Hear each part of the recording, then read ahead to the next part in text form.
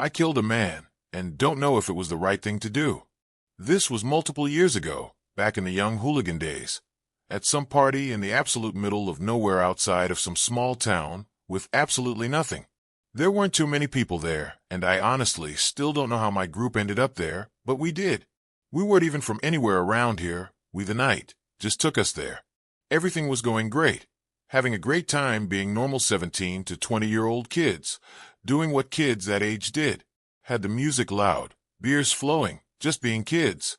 I 20M, with two of my friends, 20M and 18M, kind of sticking to ourselves most of the night due to the fact that we really didn't know how we got there or anybody else that was there. We're throwing them back like we never have. As the night rolls on, we each find our own little fling to keep us occupied, making small talk and such. We all know how it goes. The night kept going, and we were all in and out of conversation with each other and our little flings.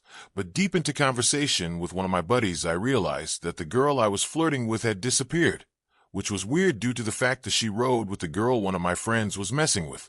So I walk up to her and my friend and ask her what happened to her friend, if she had went home early or what, to which she responds, I am her only way out of here, so she's got to be here somewhere. So that rouses suspicion. Nobody's seen her in about 30 minutes, so we all begin to look. In a decent-sized house, with what had to have been 3 to 4 bedrooms. I come across a closed door with a light shining from under, and I knock and get no response. So I try the door handle, and it's locked. So I ask the guy whose house we were in about the door, to which he responds there shouldn't be anybody in that room. So I immediately think the worst and stumble with the door handle trying to get it unlocked with no reward. Then kick the door of the hinges, and what I saw still chills me to the bone. I won't go into too much detail for the young minds out there, but it was a disgusting sight. One, the bed. The girl I was flirting with, no clothes on, hands and feet tied to the bed, a rag taped in her mouth with blood coming from everywhere, and some dude on top of her having his way. I'm sure we've all had this feeling before, but I immediately saw red. I jump on this dude's back and wrestle him out of the room, down the hall, and out of the front door. We get on the front porch and get at it, having no ravers for his well-being at all at this point.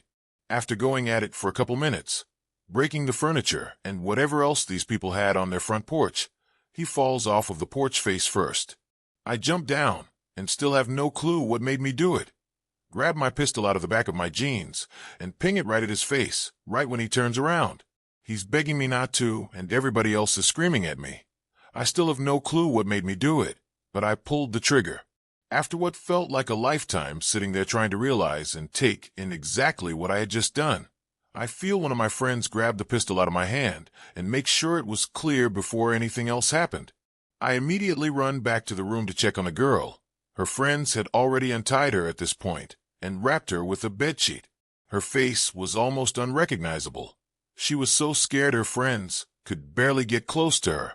And then the cops arrive and handcuff everyone they could until they got the full story, which I never denied any of it. So they put me in the back of the car and haul me off, sitting in my cell waiting for court, which didn't take long due to the fact that there was maybe 1,000 people within a 300-mile radius. Family and friends came to see me from time to time for the 2 weeks I was stuck there. But finally the court date comes, and by the grace of the good Lord above and Lord knows what else, the girl that was tied to that bed was the county judge's niece. We went through the motions of court, and he ended up thanking me for what I did. He couldn't just let me go without anything, so I did get charged with stolen firearms possession and 500 hours of community service. Tell me I wasn't the luckiest man in earth that day. After a while I caught wind of what happened to the girl. Almost every bone in her face was broken and was blinded in her left eye. At first this news made it a little bit easier for me to deal with, but I still took a young man's life, whether he deserved it or not. And I know the place I sent him to is a lot worse than what that girl had to live with for the rest of her life. It's been 5 years now.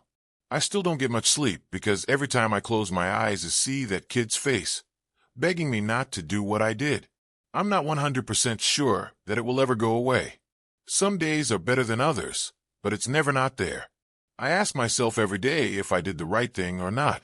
Some days I tell myself yes, and others it's hard to convince myself of that. I had to say this somewhere because words of the mouth just don't come out right most of the time.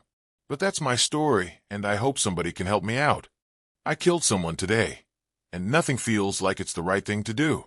19 hours ago, 2 a.m. where I live, I was driving on the freeway, and a motorcyclist lost control of their vehicle. And I arrived at the scene just as the police did. There wasn't a normal warning, where the police weave from one side of the highway to the other to warn of a crash.